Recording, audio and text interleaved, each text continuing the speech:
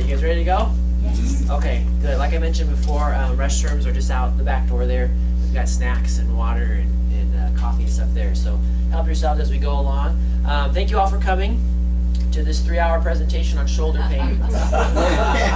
Shoulder pain. Yeah, right? 3 hours. So if you're planning on being home for dinner, cancel those plans. But no, it is knee pain. That was you asked, right? So yeah, it is knee pain tonight.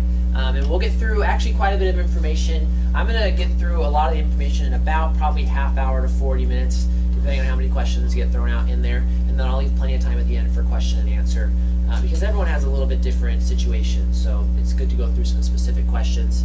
You know, I was in school. I was never the guy to raise my hand and ask a question. So someone else usually asked the question for me. So that'll happen. Some of that will happen too. So good. For those of you who don't know, my name is Luke Gordon. I'm a physical therapist. My dad, Robert, and I are the owners of Gordon Physical Therapy here, and you're all here because you have some interest in knee pain. So again, there's a lot that goes on with the knee, and we're going to go through a lot of information tonight, but please feel free to interrupt at any time. You know, it's a pretty small group, which we like, so shout it out, raise your hand, whatever you want to do. We'll make this as interactive and informative as we can. So, everybody ready to get started? Mm-hmm. Okay, good. You all feel welcome. I can erase that. You're all feeling good? Okay. Okay.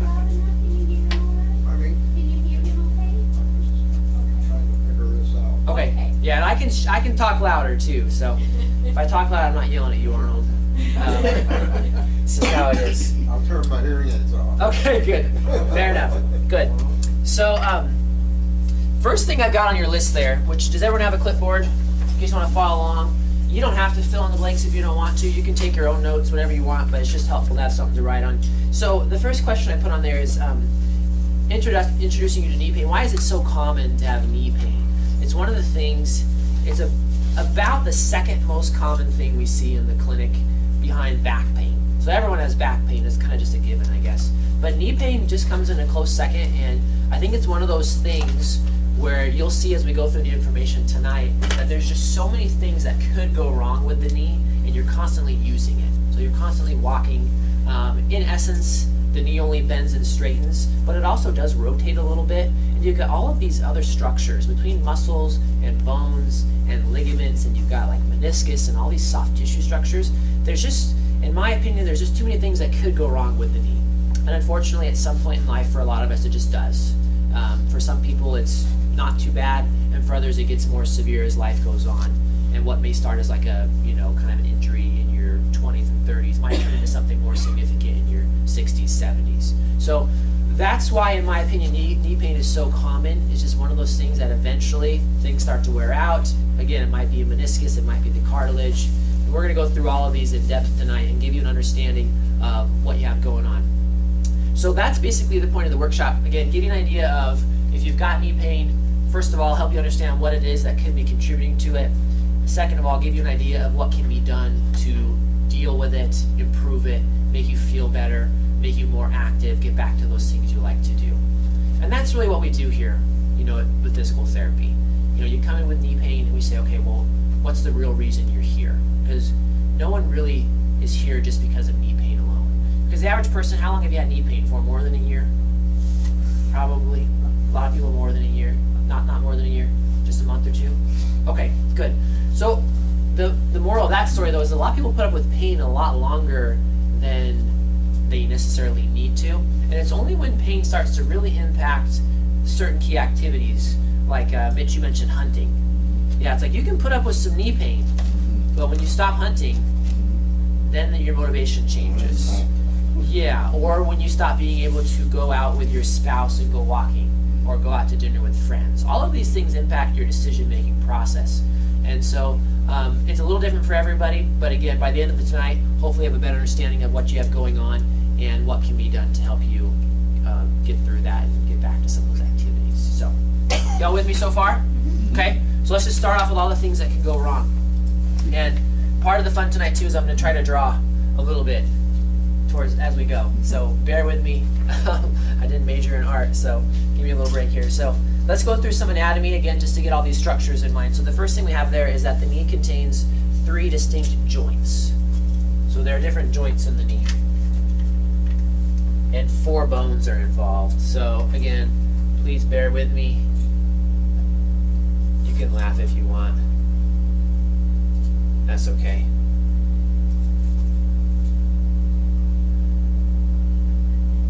Okay, so that's a very bad drawing of your leg. All right, so those are your 2 main bones there. This would be your thigh bone coming down, and this is your shin bone going down there. So that first bone, the first blank there is the femur. So the femur is this one here, is that long bone in your thigh, longest bone in your body right here. You tend to oversimplify the knee and think, well, the femur meets up with the tibia. So the second bone there is your tibia, and again, your tibia is like your shin. Is everyone with me so far? Yep. Okay, so leg bone, lower leg bone there.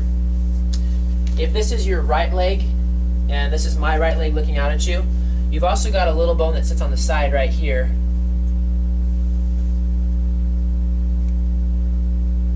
And that's your fibula. So the fibula, the skinny bone next to your shin there, if you follow that down to your ankle, that forms the outside ankle bone there. So those are 3 of the bones. Anyone know the 4th bone? Which one did I not draw? Duh. Nice job, Mitch. Someone get him a cookie. The patella, so your kneecap. So your kneecap is going to sit, you know, roughly right there, right in front. So those are your 4 bones. So yeah, the patella, aka the kneecap. Go ahead, Patricia. Okay. Since you have that drawing, I noticed that you have the fibula, which is a skinny bone. Yes. My husband, on one of his knees, seems to be bulging out at the knee. I was wondering. Right there it is? Yeah. Yeah. What is that? Is it right where his fibula should be? It could be the fibula or it could be arthritis. Could be arthritis. Yeah, so with arthritis, you tend to get bone growth. Ever heard of like bone spurs? Yeah, it's a Or- bone growth. Could be, or it could just be that, yeah. Okay. You know, the fancy name for a bone spur is like a osteophyte. Mm-hmm. And we can skip ahead to that real quick. So basically with arthritis, everyone's heard of Arthur, right? Yeah, because the Arthur comes around this time of year with the weather and everything. So basically your cartilage wears off the ends of your bones. Okay. And if you wear all the way through the cartilage, then you start to push pressure on the bone itself, and that tends to lead to bone growth. Oh. So bone growth basically occurs with end-stage arthritis. So let's jump ahead to that actually, since it came up. So on an X-ray, anyone here had an X-ray on their knee? Okay. What did they tell you on the X-ray? What do you have in there? Arthritis? Yeah, go ahead. Mild arthritis for my age. Mild. Okay. Yeah. Bone on bone. Okay. Yeah, spurs. Bone on bone. Yeah. Yeah. So you get a lot of descriptive terms like mild, moderate, severe, end stage, bone on bone. That's basically, so bone on bone just means osteo. And osteo is just basically the same exact thing as regular arthritis. Osteo just refers to bone. So they call it OA for short. But basically bone on bone means that you wore all the way through that cartilage. Let's say it was that thick, just it's not that thick, but let's say it's that thick. You wore all the way through it. Now the bone is actually contacting bone. So on an X-ray, on a nice neat X-ray, hopefully like on my knee, let's say, hopefully I don't have any arthritis on my knees, you would see a nice space there between the femur and the tibia, and that space is your cartilage. Because the X-ray can't see your cartilage. It can see the bone, but not the cartilage. So that space represents the cartilage. And if you have bone on yours, it may be both compartments. It may be the inside and the outside compartment, but usually it's the inside more than the outside. But you'll see that has shrunk and the bones are actually touching now. So an X-ray can tell you pretty much. An X-ray can tell you pretty much anything you need to know about arthritis. Yeah. Why does the cartilage shrink? That's a good question, and it's not something that we understand 100%, because a lot of folks say, well, it's wear and tear. You wore through that knee. But what you see a lot of in the clinic is you see people who have had pretty much the same wear and tear on both knees, and one of them is really arthritic and the other one isn't. So wear and tear alone doesn't, in my opinion, accurately describe what happens to the knee. I think what probably happens is that knee probably had 2 or 3 traumatic events, and that led to a faster progression of arthritis. And it may have taken 10, 20, 30 years, but it set the process in motion. So the arthritis is related to the bone, not the cartilage, right? It's the cartilage. Oh, it is the cartilage. Yeah, it's the wearing away of the cartilage. And when you get bone on bone, the bone is underneath the cartilage. So on any bone, on any joint, the cartilage just covers the end of the bone. Anyone eat like chicken legs? nice. Yeah. I just carved a turkey this week, so it's fresh in my mind. You know, when you cut through like a joint, not to get too gross on you, but that shiny white stuff, that's cartilage, you know? Yeah. That's why you make bone broth too, because then that cartilage gets into the broth and it's really good for you. Yeah, if only it would go to your knee, then you'd be set. Yeah, that would be nice. Okay, so there's your knee. Gosh, it's just so much more clear now, isn't it, with this picture? Isn't that nice? Yeah. I always enjoyed art. My kids are beating me. So you've got the four bones. Any questions on the bones before we get into the other structures? Okay. You have several large muscles. That blank there is the quadriceps. You can put quads for short if you want. Quadriceps, in case you want the spelling.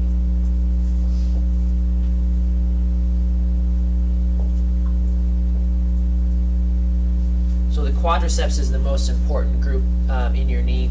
And that's basically because the quad controls the kneecap. And the quad is the biggest set of muscles along the front of your thigh there. It's the biggest set of muscles you have in your body. You get a lot of power and a lot of strength through those. And it's kind of it's a weird situation with the quad, if you can imagine on the front of your thigh, and then here's your kneecap. The quad muscle actually completely envelops the kneecap, and then it continues on as your tendon. So technically that bone is within a muscle. Your kneecap is actually sitting within your quad. It's kind of funky. Call it a sesamoid bone, because we like to give fancy names to everything in the medical world. But so the quad is, again, really important muscle to stabilize the knee and give you strength and stability, especially around the kneecap.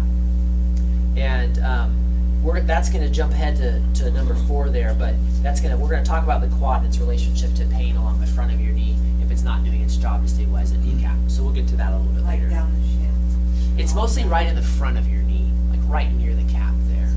Yeah. Do you have pain down your shin? Yeah. And can be different things, and you can get muscular pain down your shin too.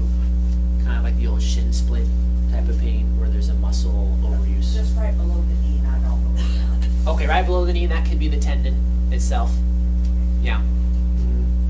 Good, so there's the quad, and then underneath that there's 4 primary ligaments. I just listed them all out there for you so you don't have to write them in. But people heard of those, ACL, PCL, okay. MCL, start with the easy one, basically just goes from the inside of your knee, from the femur to the tibia, and then LCL just goes from outside, and it goes right down here, like that. So those ligaments provide some support to your knee from letting it go, from keeping it from going in and out, kind of bowing in and out. You hear about ACL tears a lot, like in athletes, right? Especially in football. Like the quarterbacks where their leg is planted and they get tackled and it just kind of shoves their leg forward and they pop that tendon. Those tendons are actually on the inside of the knee. So those are more like this. They're actually quite small, like the size of your pinky maybe. But man, when those get torn, you're in big trouble. Yeah. So you got your ACL and PCL in there. ACL is the one you hear a lot with athletes, football players, basketball players. What does the PCL stand for? Posterior cruciate ligament, yeah. And then ACL is anterior cruciate. So basically you have the 2 ligaments on the outside that keep your knee from bowing in and bowing out. And then these 2 on the inside, they give you a little support for rotation, but primarily they keep your shin from sliding forward or backward. So like shearing force. And that's why if you plant your foot and someone takes your shin forward, it shears forward and pops that ACL. And if you hyperextend your knee, it shears backwards. I'll give you the tingles. Yeah. Sorry. Yummy, yummy, yummy. Yeah. In the majority of adults, we don't see a lot of ACL, PCL. It's usually a younger athletic type injury. We do see a lot of MCL issues though, because that ligament just gets really beat up after a while. Yeah. Good. Any questions on those? I have a question. Go ahead. When someone tears a MCL, they just use unless it's completely torn, just say breast and tape, and they don't operate, but an ACL, they always do. Is there a reason for that? So the MCL, yeah, so the question was operating on an MCL versus an ACL. A lot of times the MCL doesn't completely tear, and so it'll heal, and you can rehab it. With the ACL, it usually tears.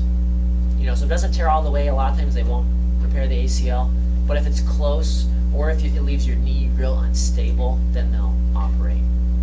Yeah, and I think it's just because the ligaments serve different functions. The FCL is just giving you basic support from in and out, but your knee doesn't want to go that way anyways. But with the ACL, if it's really loose or it's torn, I mean, your shin will basically just slide forward and back, and it's very uncomfortable. Yeah, go Is ahead. there any exercise that strengthens those ligaments? No. No. So you don't strengthen ligaments per se. Well, I was just wondering, after an injury and they repair it, Yeah, you know, don't they have to strengthen it? definitely. So you definitely want to strengthen the muscles around the knee for stability, and then let Just that the muscles that yeah. strengthen, but not the ligament. exactly. So let the ligament heal and let it become nice and firm again, and then strengthen the muscles around it. Because anytime you have a surgery or something like that, you're going to go through a period of inactivity, and you're going to get weak and you're going to get tight. So then you have to build up from there after you have recovered enough. Yeah. That makes sense so far? Good. Okay.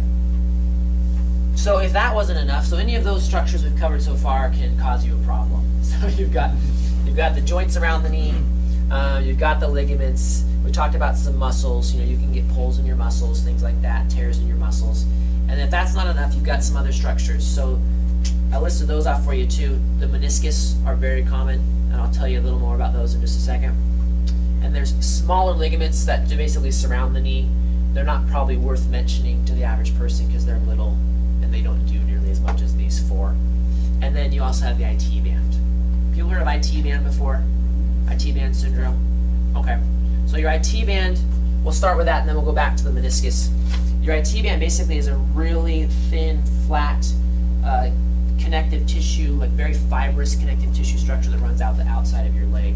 So if you feel on the outside of your leg there, it's pretty firm. If you push on that and it's tender, that's typically your IT band. So you'll get IT band irritation a lot with people who walk a lot, going up and down stairs a lot. Cyclists can get it because you'll get like a little snapping sensation on the outside of your knee, and that can be your IT band. So that's your IT band. That's a fun one. The meniscus, has anyone here had a meniscus tear before? Yeah? Okay, yeah. Very common. So meniscus tear. How did you tear yours? Do you remember how you tore your meniscus? Skiing? All right, good. Because you're doing something fun. Yeah. So skiing, a lot of twisting motion, right? That goes through your knee. So typically a meniscus tear happens when you load your knee and then it twists. Or I'll get people who say, well, I was standing here with a basket of laundry and then I just went to turn this way. And then, felt something kind of just give in the knee. So those are your meniscus tears. If you were to look at your tibia from an aerial view, you'd see it kind of like a cup. And it's basically an inside cup and an outside cup. And the meniscus are basically these little rings that go around the cup. So it's like a soft tissue ring. And it provides a little more stability in your joint, keeps the kind of the rounded, curved end of your femur from going out of joint. And so those are just sitting around the outside. It's similar to like the labrum in your shoulder or the labrum in your hip, where it's like a soft tissue ring around the joint. And so when you get a little tear in there, a lot of times people will feel like a locking sensation in their knee. So you put it in a certain spot and it kind of like will pop or shift, which is different just than that little noisy pop you hear here and there that doesn't bother you. It's like an actual, you feel something move, and then it'll be real painful typically too. You've had that, Mitch? Yeah, probably couldn't crouch down, squat down. Twisting was probably really painful. Get down and you can't get it straightened out. Yeah, it'll get stuck in a certain position. Yeah. And does it heal? Some do, some small ones. So a lot of times meniscus tears lead to surgery, but sometimes, yeah, sometimes you can work through them and just kind of get them back out of the way. And small tears aren't usually that bad of a surgery because basically they just go in and they just kind of, there's a little piece of it just kind of in the middle of your joint now that shouldn't be there, so they just remove it. A larger tear, they'll attempt to repair it, so they'll pull it back to where it started and they'll sew it down. And that's quite a bit more painful in general because now you have a kind of a repaired issue there. Yeah, go ahead, Arnold. You haven't talked about, maybe you're gonna do it later, so I don't want to interrupt. Go ahead, no. You know, there's some supplements like cosamine people claim can improve or repair to some extent your cartilage. Yeah. Is that, and you read up, some people say yeah, some people say no. Is there any real definitive research on that? That is a really good question, and I don't think there is definitive research either way. I think it's one of those things where you know, if you do okay with it, I would probably try it and just see how it goes. I mean, I know people who swear by it, but I know people who say it doesn't do anything too. So and nowadays they're doing more research with things like stem cells and stuff too to regrow cartilage, and that's newer and a little bit weirder in my opinion. But yeah, I've never really gotten a definitive impression on glucosamine chondroitin. Because I've seen some studies from Germany, where they're way more into supplements than the United States. The government pays for research. Yeah. And they've shown people where they saw improvements in the amount of cartilage. By Yeah. taking glucosamine over an extended period of time. And they just showed up the distance in their Yeah. bones have got a little wide. Yeah. Yeah, I probably need to dig into that more again, because you know the research kind of refreshes every year or two when people dig into it. But it's definitely still a popular supplement out there for arthritis. You know, and there's some other ones too for inflammation. You know, like your gingers and your turmerics and things like that. Yeah, well, that's another question, if you don't mind me asking. Yeah. The inflammation is that caused by just the wear and tear and in there, and these anti-inflammatory just get the inflammation down, and that gets rid of the pain, but it doesn't really cure anything, right? It just gets rid of the symptoms, doesn't it? That's basically my impression, yeah. So what Arnold said was basically if you have irritation in your knee and you're taking anti-inflammatory like ibuprofen, right? Or naproxen or Aleve, is it actually doing anything, or is it just making it feel better? And yeah, it's just easing up the inflammation, but not changing the structure. So the way I look at anti-inflammatories personally is that they're a short-term solution. So if you have something and you really tweak it and you need anti-inflammatories for a few days, I mean, to me that's worth it, but long-term anti-inflammatory use is probably doing you more harm than good, in my opinion. Just put, you know, asterisks around that. I'm not a medical doctor, but there's a lot of side effects with anti-inflammatories. And as with most drugs, it seems like the side effects are pretty much what they were trying to treat you for in the first place. So the side effects of anti-inflammatories, of course, are that they inflame you.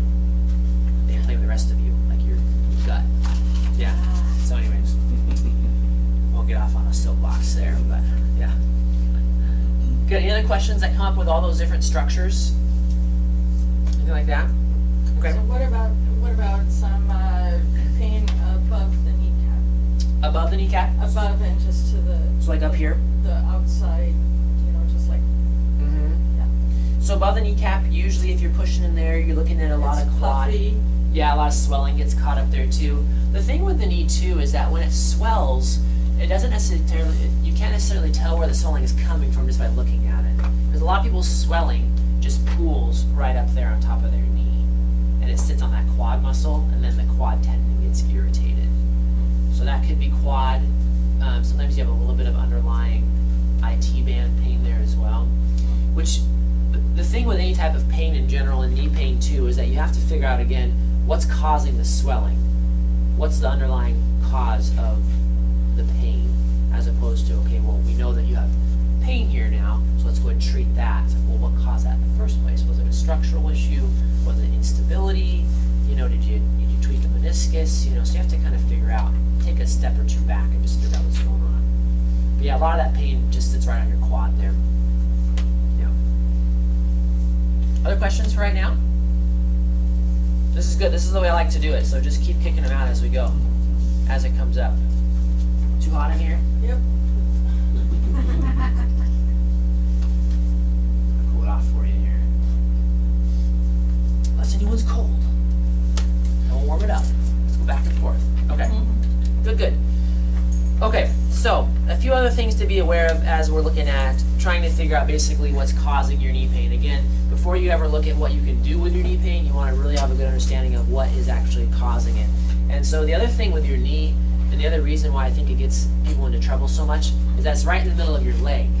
So if you have a problem with your hip or a problem with your ankle, it could affect the alignment of your knee or the way you wear it. So that first one there, let's say you have ankle, that should be instability, ankle instability, and arch support. So that first blank is arch support. So let's say that you have a really flat arch. And if you can see my leg here, my flat arch is going to cause my knee potentially to bow inward. So that's going to throw off the whole mechanics of my knee. Doesn't mean that if you have a flat arch you have to correct it, but again, if you're looking at, your knee from a holistic approach and saying, well, let's look at the whole leg as one and see what the alignment is like, you have to just include the arch there and just look at the foot and ankle. Go ahead, Patricia. Could another problem be caused if your arch is real high? Yes. Yes, so different problem. Yeah. But yeah, so if the arch is low, potentially you're gonna roll your leg in. Right. If the arch is high, potentially you're not getting much shock absorption through your foot, and the shock then is going up to your knee. So more wear and tear from your knee. So if you had poor arch support or something, would that hurt the top of your knee? It's potentially. Again, you have to, that's the thing with knee, you have to look at all of these things. Because again, like my brother, for instance, has size 15 feet. And hands like as big as, like his hands like 3 or 4 inches. You can pick him up by the head, I swear. But his feet are flat as a pancake. Like he can water ski on these things, just go. Yeah. But he doesn't have the foot problem. And his alignment of his knee and stuff is fine. So there's really no need to correct it. But again, if you look at the ankle, you look at the, biomechanically, you might look at it from the ground up and say, okay, when you strike the ground, what happens? Okay, your arch is over flattening, your knee is collapsing. That's causing the structural issue. That's causing the pain on your MCL. As opposed to saying, well, you got MCL pain. I can see MCL pain left and right. I mean, I can diagnose it like that. But what caused the MCL pain? Could it be the foot and the arch? It's possible. Yeah. Good. So that next bullet then, again, so you look down towards the ankle, you look up towards the hip strength. So strength is that next blank there, strength and alignment. So the most common thing we see with hip issues, which hip issues almost always accompany knee issues, low back issues are really common as well, is that if you have a weakness on your hip here, what will tend to happen as these rotator muscles and these side muscles here get weak is that your femur will tend to drift again towards midline like that. So it'll drift in and it'll kind of rotate in too. And that, as you can imagine, is really going to impact the alignment of the knee, the tracking of the kneecap, things like that. So again, you might say, well, yeah, it's pretty obvious to me as a therapist that you have an issue with your kneecap. It's tracking incorrectly, it's irritating the joint. But if I don't look up at the hip and say, well, is this the reason why it's irritated? Then we're not truly getting to the cause of the knee pain unless we look at all of these areas. So then, if that were the case, for example, would you do exercises that would strengthen the hip?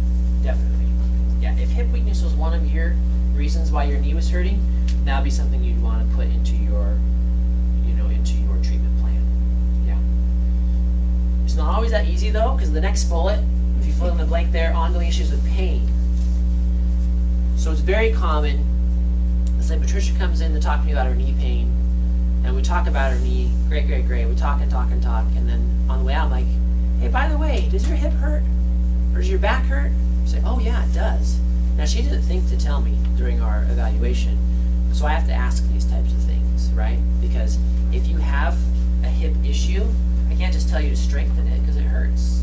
It won't work. Or if you have like an SI joint issue, or a pelvic issue, or low back pain is really common with knee pain, like we have to consider that too, because just fixing the knee may not fix your whole issue back here. So they're all connected. So it'd be nice if it was just one thing at a time, but life doesn't work that way. And when it comes to like knee pain and back pain, I think a lot of times we get in with our patients, we get into kind of like the chicken or the egg. Like which one came first? Did the back pain start bothering you first, and then you couldn't bear weight on your leg, so that caused your knee to hurt? Or was your knee pain there all along, and that's the reason your back hurts? It's like, who knows? It doesn't really matter at that point, because you have to look at both of them. Does that all make sense? Yeah. Okay. Because I can just go off on tangents like that. Just go. Yeah. Did you have something too, Patricia? You're thinking. I can see it. I was just thinking about. I don't think it has anything to do with the knee though. But I've been having pain right here. Okay. Yeah. Right along the back of your hip there. Yeah. Yeah. But very, very little knee pain, no back pain. That's good. Just that right there. Good. So for now, you just have hip pain. Yeah. That's good. Yeah. So a lot of times it might start just as knee pain, and if you could treat it quick enough, it might just be knee pain. And then if you wait a year or two, it might be knee pain, and now you've been Yeah. walking weird for a year, now you've got back pain and hip pain. Okay. So then you gotta just kind of shine your flashlight around and see what else is going Well, on. I keep exercising, I assume that's okay. Yeah, I mean, that's another good point. I mean, definitely always is good to stay active, Yeah. because if you don't, especially once you reach the age of, let's say, 50 or 60, you're gonna lose it quick. And I'm 35, I'll lose it fairly quick too. But you lose it faster the older you get, one of life's little tricks. But, you know, one of the more common questions you get too is like, well, should you exercise through the pain? Well, probably not. No, But at the same time, you have to maintain some level of strength. right. You know, so go ahead. Yeah. With the arthritis, you have to exercise for the pain, because if you don't exercise, it gets worse. Yeah, and again, it's tough though, because what you want to do is figure out what exercises you can tolerate that don't put you in much pain. You know, so we look at things like, well, can you ride a stationary bike?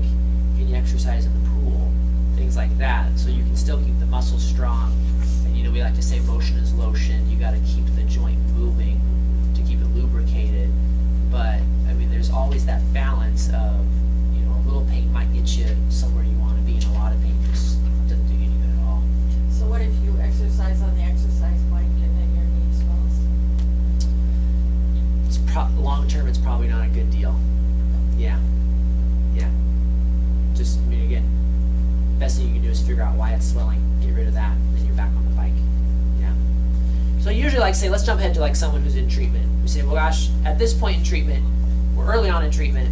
We want to get your pain and inflammation under control as quickly as we can. So for now, skip the bike, but that's temporary. We're not saying don't ride the bike ever for the rest of your life, because that's not a good way to live either. You know, and actually that's what gets people into trouble a lot of times. If you start avoiding everything that hurts, eventually you're not doing anything. So you have to break that cycle. Then you have trouble getting up and. Exactly, yeah. And so you have to break that cycle, figure out what's going on, and then get rid of the pain, and then build back your strength from there. It's when you try to flip those two around that you run into trouble. Because a lot of folks say, well, just work through the pain. You know, in my generation, I'm technically a millennial, although I resent that. That's okay. Yeah, but I was born in 82, 35, and technically in 1980 and beyond, although I don't associate with today's millennials. But, you know, they won't work through any pain if they're working at all. That is. But people in my parents' generation, they're just used to it. They work through pain all the time. And unfortunately, those are two ends of the extreme, and probably somewhere closer to the middle is where you want to be. Yeah, go ahead. I have a couple issues. I had my kneecap removed when I was 22. And That happens once in a while. Yeah. Yeah. Anyways, I always exercise a lot, and after a year or two, you know, the swelling really went away. Yeah. It hasn't hurt since that much, and I did get a bunch of knee pain a couple years ago. So I went to orthopedic to see about it. He did X-rays, and he said I had moderate arthritis, but not enough, you know, to be that concerned about it. And then Yeah. he was totally amazed that my leg, where there's no kneecap, wasn't arthritic, that arthritic, you know. Yeah. He said that he was, but then another issue happened. Last year I fell and tore the trocar muscle in my hip Oh, okay. on the ice. Yeah. And so I did all these exercises, physical therapy. Uh-huh. But after doing that, all my knee pain went away. So I'm wondering if the improving those muscles took pressure off my knees. So that was sort of like a side benefit. Yeah. So I used to wear braces, you know, I Mhm. don't anymore. That's all gone away. Certainly He's an sounds like it. advertisement for Yeah. you. Yeah. Yeah, you can come here. We'll take credit for it. Did you guys hear that in the back?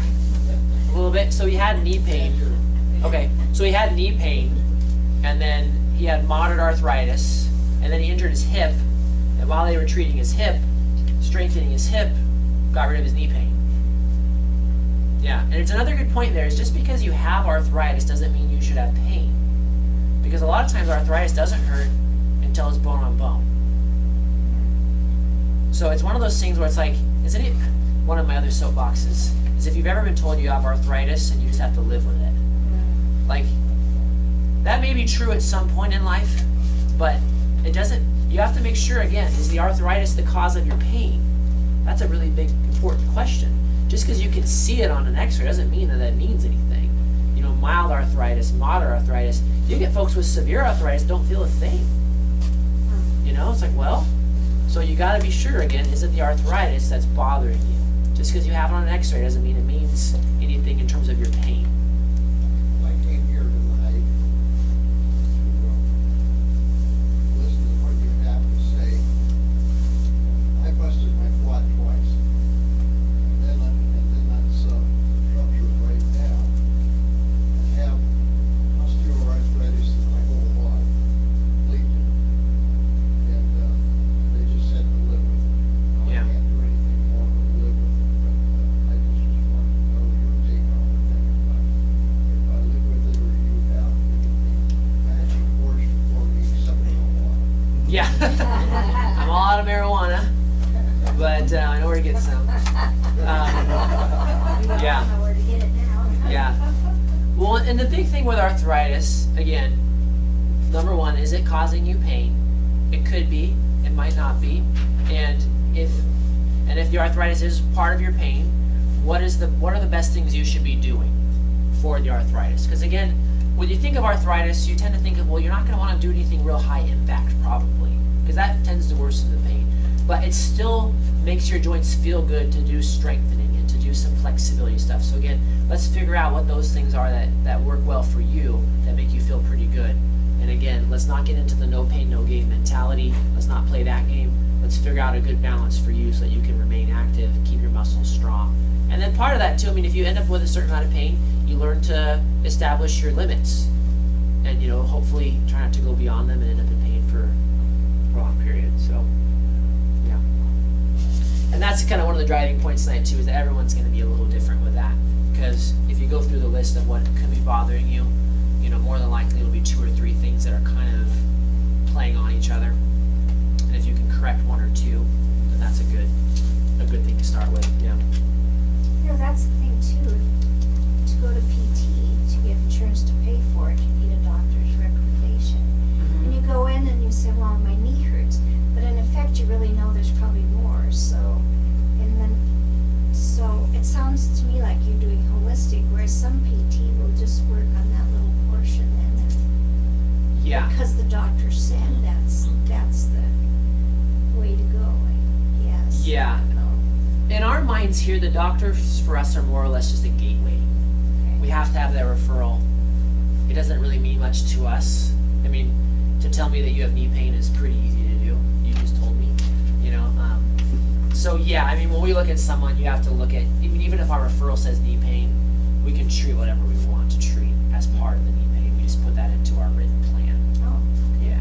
So, and a lot of times what we do now, so we're a little different than average clinics where we still get a lot of referrals from doctors, but we generate a lot of our own referrals nowadays through previous patients, word of mouth, things like that. And so a lot of times, newspaper stuff, yeah, stuff like this. I mean, that's what we do. And so we almost bypass the doctors in the fact that we'll look at things for you, and then if we think we can help you, we'll help you get the referral from the doctor. Because again, in our minds, a lot of times it's more of a formality. At the same time, if we think it's something more serious that might require a doctor for imaging or something like that, then we just steer you that direction too. So either way, I mean, it doesn't really matter to us. We just do whatever is right for you and your pain. So yeah, does that make sense? yes, it Yeah. does. Yep. Okay, good. So how are we doing on time here? You guys doing okay? Okay. We'll run through a few more things here, and then any more questions, just keep throwing them out. So number 4, the most common type of pain that we see in the clinic is patellofemoral joint pain. I'll spell that out here. Patello, and then femoral joint pain. So we've kind of alluded to that a couple times already, but that's the kneecap. That's the joint underneath your kneecap. So when that thing gets irritated or out of alignment, you just get a lot of irritation. That's basically your standard front of the kneecap pain. So that's one of the most common things we see. And if you look underneath there, poor tracking of the kneecap. So the kneecap wants to track towards the inside of your knee. With patellofemoral pain, with the irritation, it tends to start tracking incorrectly and it starts to drift to the outside. Nothing you can see with the naked eye, but you can basically assess it as you're moving the kneecap. that's typically going to be associated with weakness in the quad and hip muscles. So again, we've kind of covered that a little bit, but basically when you start with things like irritation, what do you tend to do if your knee hurts? What do you do, at least for the next couple days? Limp. Limp, okay, good. Try to stay off of it a little bit though, right? Try to rest it. Yeah, you limp around. How do you I did that. explain, my husband gets knee pain in the middle of the night. He's laying down. Yeah. So the irritation just probably took that long to catch up with him. Really? And now it's getting swollen and stiff. Yeah. Lucky guy. Yeah. That's your word for it. Yeah, exactly. Yeah. So that's a really common type of knee pain. And again, the kneecap, the joint there gets irritated, and then as you limp around, you don't put as much weight on it. The muscles over time get weak, and that directly affects the tracking. So again, the chicken and the egg there, at that point, they're feeding off of each other. So the weakness is making the knee pain worse, and the knee pain is making the weakness worse. So then you break the cycle.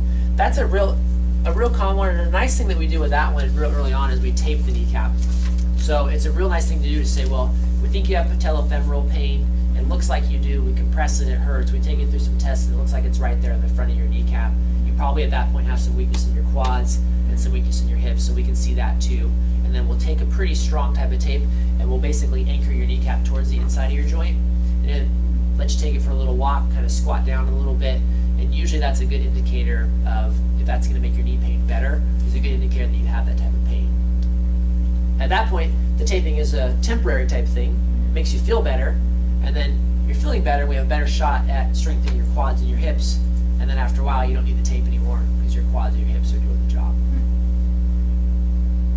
Go ahead. Since I don't have a kneecap here, actually I seem to get along with it fine. You know, I can get on, nothing ever bothers me. Yeah. I can get on my knees doing stuff. Do you really need your kneecap though? Yeah, I'd say you probably need it, but you're doing okay. Yeah. I mean, Do you need your kneecap? You probably have a little bit left, though. You probably have a little bit. no, they did an X-ray. There's nothing. Nothing there at all. No kneecap at all. Yeah. Yeah, I mean, you probably need it, but I'm glad you're doing okay without it. Yeah. And again, it happens once in a while. It'll have like a traumatic fracture and they have to take it out. So what suppose it caused it? I was hiking a lot, I was living in Montana, and I got really sore and swollen. And that was before orthopedic surgery, so they had to do a major. They thought I tore the ligaments underneath my knee. So when they opened it up, they said the bottom of my kneecap was all spongy. Oh. They said it's a congenital thing. Okay. That when your knee's the last thing that forms, it's never ossified correctly. Okay. And I was born premature as a twin. And they said it's very common. Then he warned me the same thing would happen in my other knee, but it never did. Oh, good. But, Yeah. So that's a rare one when your kneecap just didn't form all the way. Yeah, it's a rare one.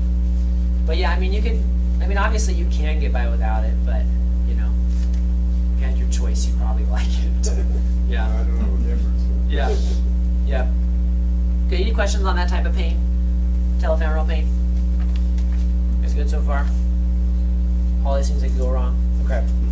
And then underneath number 5, I just kind of gave you a laundry list of the other common types of pain that we see in the clinic. So we mentioned the ligament sprains, and I mentioned that MCL is that blank there.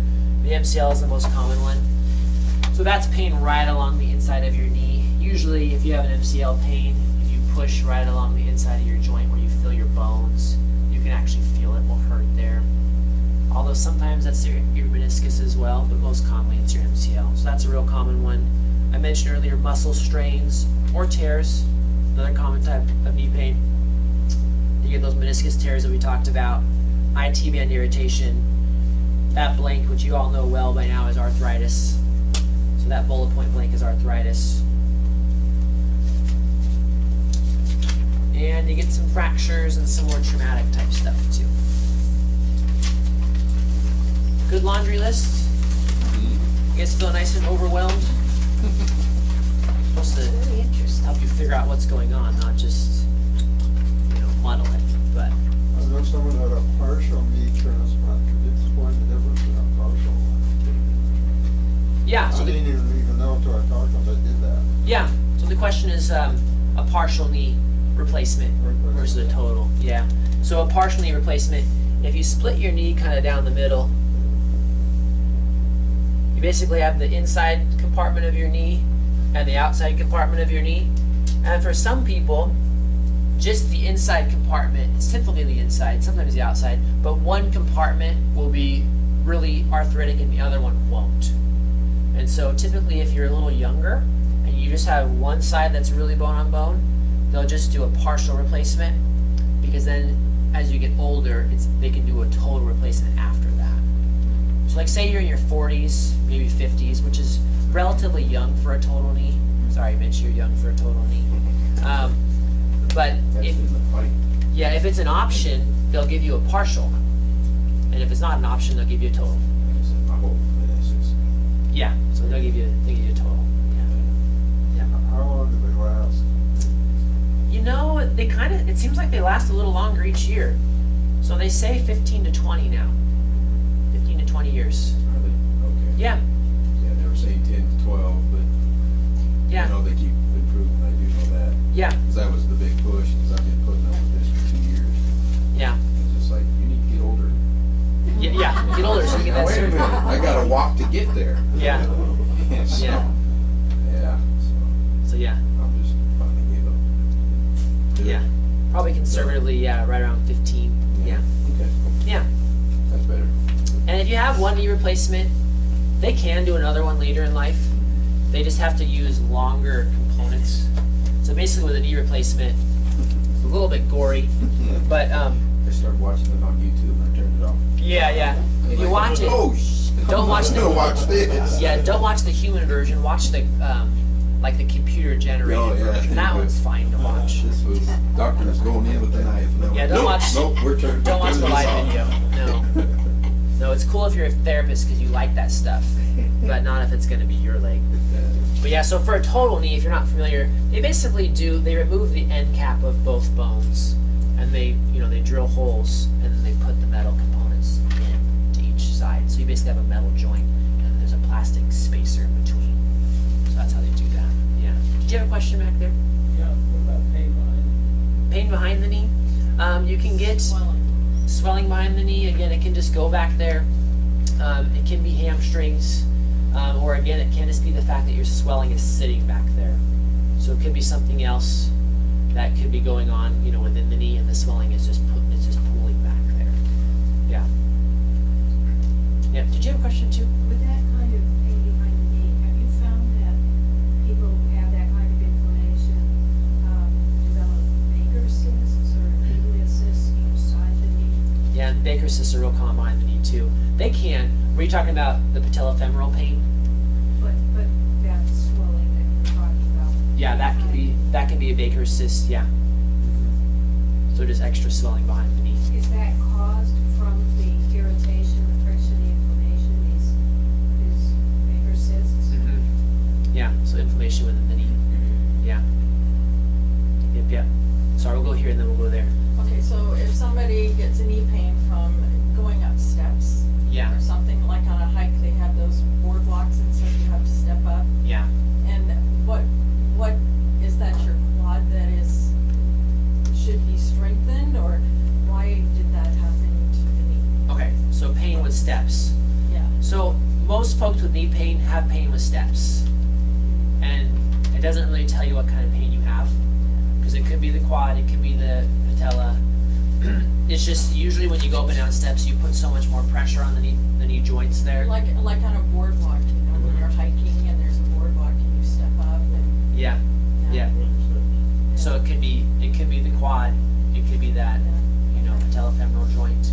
Could be arthritis. So you Could guys be. work on quads and strengthening quads Yeah, and I'll get to our, okay, actually that's the next thing, I'll get to our approach here in just a second. okay. But yeah, I'll kind of walk you through that a little more, the process, yeah. Do you have another question too? I had a comment. I have severe arthritis with bone on bone, but over 3 years ago, I had the gel shots that they did with MRI, and that worked Yeah. really good for, matter of fact, in one knee, it's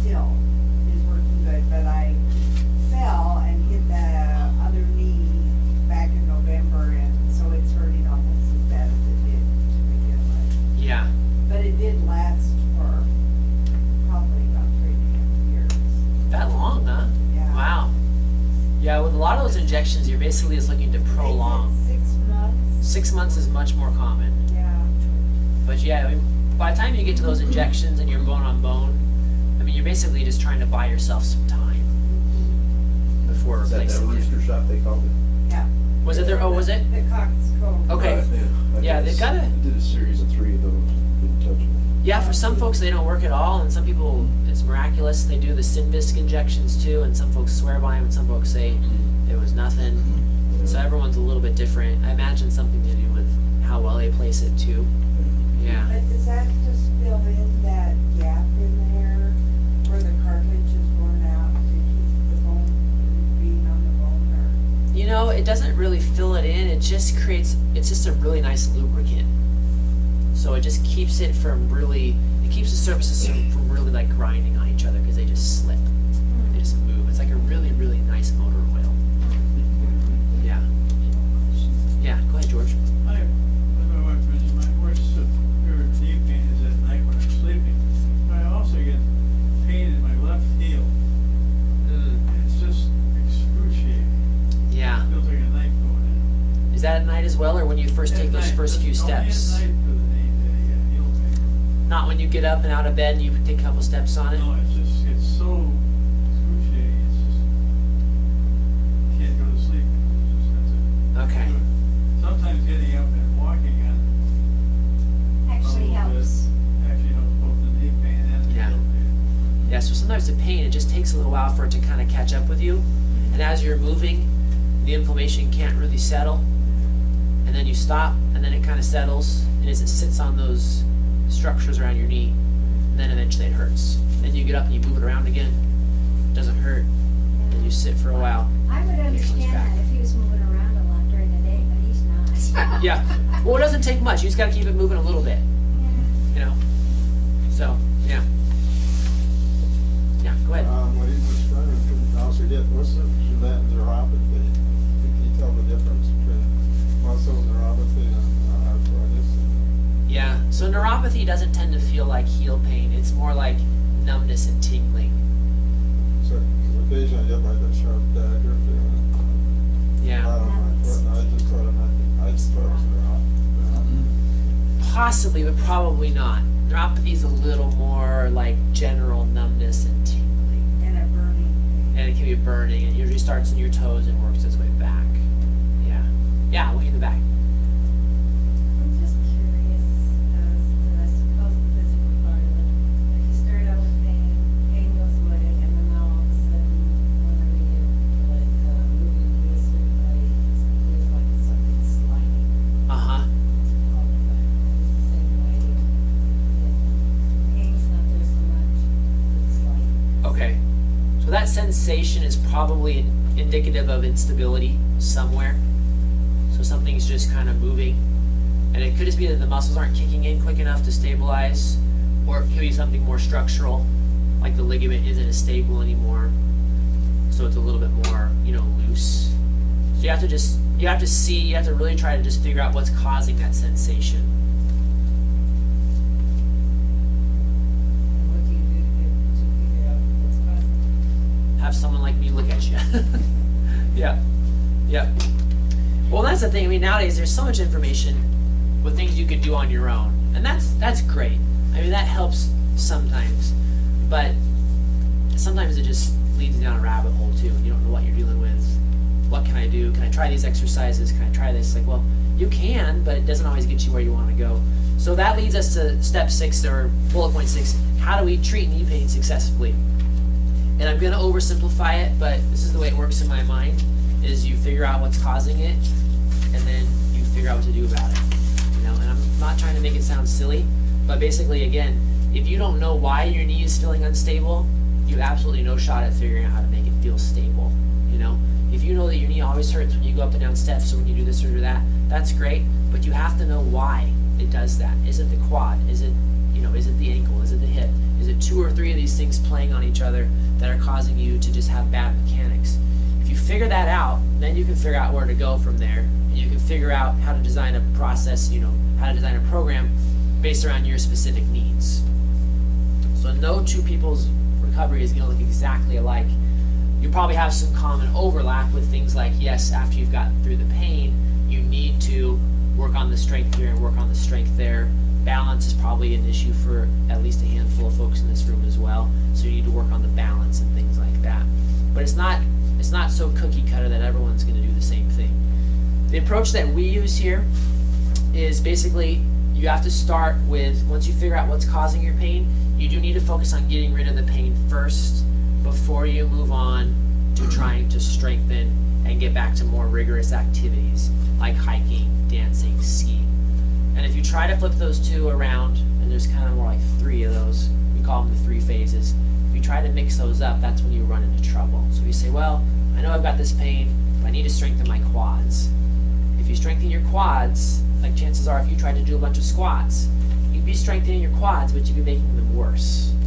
So you have to get the inflammation and the pain level under control before you can do those things. Sound good? The most common analogy I've ever come across is like baking. Does anyone here bake? Bake a cake. So you get out all your ingredients, right? How many ingredients are in a cake? Like 6? Yeah. Yeah. So you know all the ingredients. And you got, so in physical therapy, you know all the ingredients. You need to get rid of some inflammation here. You need to do some strengthening there and some stretching there. Okay, so what happens if you mix your ingredients in the wrong order with a cake? With the cake, not so much trouble. Something else than you bake. But most of these things, Bread and yeast. yeah. If you get them mixed around, you come out with like a lump of dough. It doesn't taste very good. But so with physical therapy, it's the same way. If you try to strengthen before you get rid of pain, you just end up in pain the whole time. So a lot of times it takes a little more of a hands-on approach early on to get rid of some of the inflammation. You know, we have to kind of do some work here in therapy. Our therapists do. You know, you have to, massage some muscles and reduce some swelling and do some things like taping. And that helps you get through the pain. And then once you start to put that behind you, then you can ease your way into more strengthening and more, more strengthening and aggressive type things like that. So.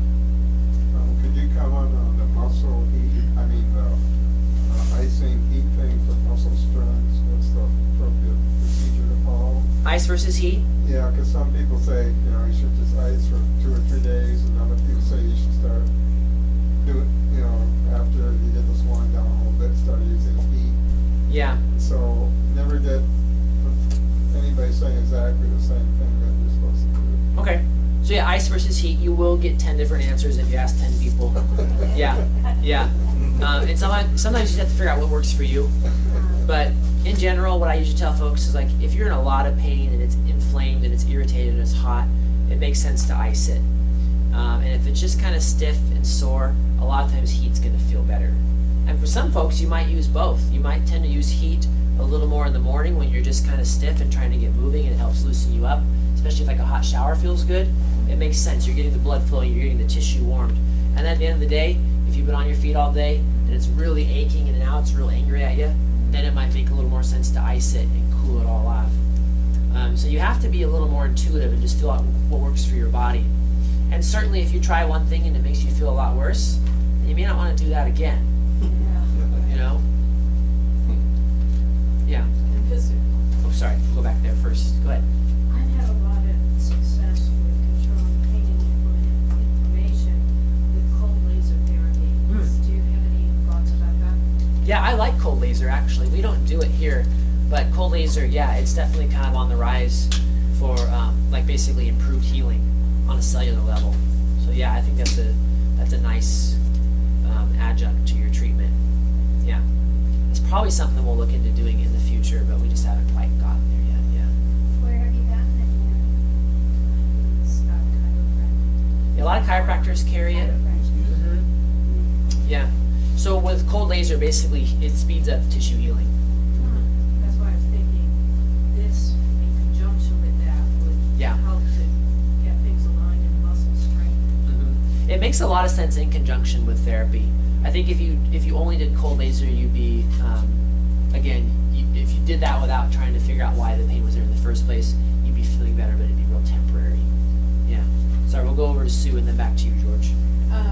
Could physical therapy help bursitis? Bursitis, yeah. Could?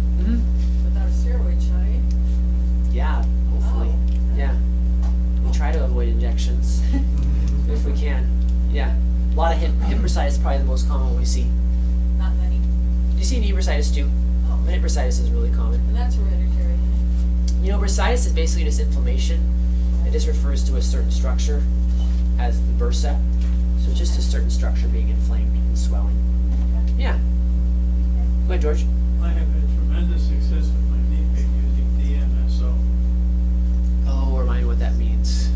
That's one of those, Sulfate. it's a topical, Dimethyl Yes. sulfoxide. Yeah. It's just a miracle drug to me. yeah. DMSO. DMSO. Yeah.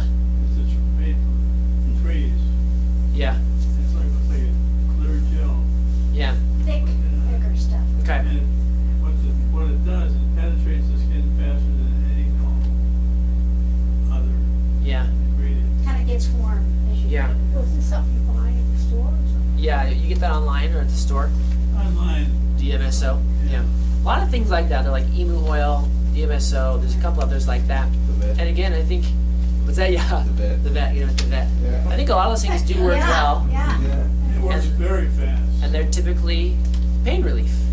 So, But is it temporary? Yeah, it's temporary. yes.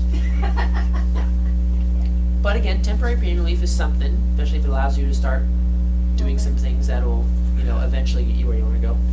Yeah. Did you have something else back there? Okay, so good. All right.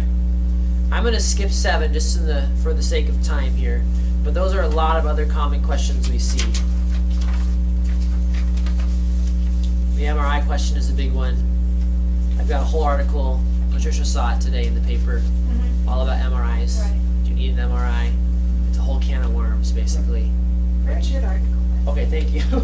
I have a question on one of them. It says, can you fix arthritis if your arthritis is severe and they wanted to do surgery for years and I refused? Yeah. Can it be helped? So it's kind of a trick question. So no, you don't fix arthritis. Arthritis is there to stay. Although glucosamine chondroitin maybe might help you a little bit. So what you have to again figure out is the arthritis the cause of the pain? And if it is the cause of the pain, will some well-tolerated exercises help you reduce the pain? Now if you get to the point where you have bone-on-bone arthritis, eventually you're probably going to have a total knee. But again, what can you do to prolong it, delay it, keep the knee strong? And a lot of times with a total knee, you want to shift your focus to what can you do to keep this knee in tip-top shape going into surgery. That way your recovery is more successful and easier. So yeah, that's a good question. And the majority of our folks with knee pain that we're helping get rid of it do have some level of arthritis, but it's not typically bone on bone. Yeah. If you do have bone on bone, other than a total hip or knee, Huh? what can you do? I mean, is there anything you can do to keep from having surgery? Yeah, so again, it's a bit of a toss-up because again, what you would start with is figure out again some well-tolerated things you could do in terms of stretching and exercising, and you'd want to see where that got you. Because again, you look at 2 x-rays that look exactly alike, and one person will be in a lot of pain and the other person won't. So it's a little bit individual that way. So again, you look at things that are typically lower weight-bearing or lower loads, like again, riding a stationary bicycle, you know, exercising in the pool, walking, things like that, and you see if just finding the right level of exercise, if that will give you some relief. Ultimately, though, like I said, if you've got bone on bone, ultimately you're probably going to end up with a total knee. But it's a matter, I mean, you could delay it 5 or 10 years, you just don't know. Yeah. Go ahead. What about delaying it? Does pain management and all that put you in a position so that maybe when you do need the surgery, you've actually done more damage and surgery's then harder to do or recoveries? What are your thoughts about when is the ideal time? Yeah. I think you have to be very careful about how long you let it go that way. And the biggest thing I think you have to be careful of is, I mean, are you still enjoying your life, basically? Because if you're delaying it and delaying it and delaying it and you're in excruciating pain and you can barely walk anymore, your recovery is going to be more difficult. Because if you wait too long, your knee is going to be so weak and so stiff that your recovery is going to be really difficult. And again, if you wait that long and you're no longer doing things that you like to do, that's a big, to me, that's a big, decision you have to make too, because you want to enjoy your life too. But So it's not actually doing more damage to the structure by No. postponing as long as you can. no, but your muscles will be getting weaker and weaker and weaker. And again, when you look at your recovery, you're looking at not just your knee, but you're looking at strengthening the whole leg. And if you're unfortunate, dealing with it for too long starts to throw off your hip and your back. So you have to just look at, there's a lot of factors to consider there. I will say this too, we're not going to talk too much in depth about total knees, and we're running out of time now. You guys want to probably get home to dinner. For the most part, people who have total knees have a really successful outcome.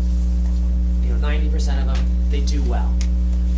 Mitch was asking me beforehand, he's like, if I come here for total knee, rehab, are you going to torture me? It's like, well, yes, I am. Or someone here will. But it'll all be for your own good. But yeah, the recovery isn't that fun, but it's temporary. And again, 90% of people roughly, they do great, because the pain is gone, the joint, and 10% struggle. They might have extra stiffness, prolonged swelling, things like that. So you have to be aggressive with your rehab, and you have to make decisions quickly. And if things aren't going the way you want them to, you have to respond. But the most part, people do really well. So, yeah, go ahead. You haven't talked about PFS at all. And the question is it a real thing, or is it just what doctors say when they don't actually know what's causing the pain? PFS is in. Sorry, Patellofemoral syndrome. Oh yeah, yeah. So that was bullet. Well, That was number 4. It's a real thing. Yeah. Okay, but it's not bone on bone kind of stuff, but it's a collection of. It's tracking. Okay, it's tracking. Yeah, it's patello-tracking basically. Yeah. Okay. So patellofemoral syndrome, patellofemoral joint pain. Yeah. So Runner's knee. yeah. So yeah, it's super common, and again, you just have to figure out why is it not tracking, why is it not happy. And for a lot of folks, it's a combination. It's quad, it's hip, it's alignment from the foot up. Could be tight IT band, things like that. Are you a runner? I was until all this started. Okay. Yeah. So just figure out. Okay. Yeah. Have you tried a little bit of therapy on it or anything like that? I have. Yeah. It takes a long time to make progress. I don't know. I guess, did you try taping and stuff like that too? It just depends. Maybe you didn't have patellofemoral pain. Maybe it was something else. And that's another approach. When you're treating people, or we're treating people, you have to figure out, okay, if this is what we thought it was, and this is the treatment plan we chose. If it's not working, you just have to reassess and say, well, what's not working? What am I missing? And actually, when we do therapy here, all of our patients have 2 therapists, and it really works out nice, because oftentimes what will happen is one of us will miss something, and the other one will catch it. Or say, well, have you tried this? It's like, no, I haven't tried that, because I've been a PT for 10 years and I stick to my tricks. It's like, oh, and then the other therapist comes along and they do something, and it's like, wow, that really worked. She's like, okay, cool. Whatever works. Good, Arnold. Do you want to comment on stem cell treatment for knees? I've been reading about it. It seems pretty controversial. Yeah, we don't have to go there. No. We've done it. Yeah, it's yeah. We'll see if it works. My brother just had a stem cell injection on his shoulder. Actually, he has bone arthritis in his shoulder, and it's like, well, we'll see. Yeah. DMSO, yeah. He has no cartilage though, so we'll see. Mine worked until I twisted the hell out of my knee again. Yeah. Well, it lasted a really good 3 months, and then Yeah. I wasted it last winter. It's interesting. We'll see how it pans out, but there's some promise there. The hardest part with stem cell stuff is that your insurance doesn't cover it. My brother's got an injection to the tune of like $4,000. So, but he's only 37. So, at that age, That's hard. having an entire shoulder replacement isn't a really fun option. It's not that fun at any age, you know what I mean? So, I'm 37, so we'll see how it works out. So, he's got a good job. He works some overtime. It's not cheap. Yeah. Yep. Good. Okay. I probably should let you guys go, but if you have more specific questions, I'll hang out for a little while afterwards. That last bullet then, what's next? So there's a couple options for you. One option is you've got some good information, think it over, see if there's some things work for you. That's great. Shoot me a question later if I can help you with that stuff. The other option is that we offer free discovery sessions, we call them discovery visits. So basically, if you're not quite sure what kind of knee pain you have, or if we think we can help you with your knee pain, we do a free consultation. It's a nice way for us, especially since we still do take the majority of insurances, to not hassle with any of that before we can just sit down and discuss if it's worth your time pursuing it. So we do that, no cost. There's 4 of us PTs that do that. If you're interested in that, you can talk to Serena. We're a little booked out on it, but she can help you at some point in the future. And then the other option, of course, is if you have something like we discussed tonight, and you feel like you're ready for therapy, you're ready to kind of just dive in and go for it, we can definitely help you with that too. So we do help people with knee pain all the time. One of the most common things we see, like I mentioned. So me and Serena will be around afterwards to kind of answer any questions you have about that. And again, there's plenty of good options there. I think it's just choosing what's best for you at this point in time. So if you want more information, you'd like to sit down with one of our therapists and talk it over, we can definitely help you with that, and we can help you with other types of scheduling too. So, does that sound fair? All right, good. Well, thank you guys all for coming. Thank you.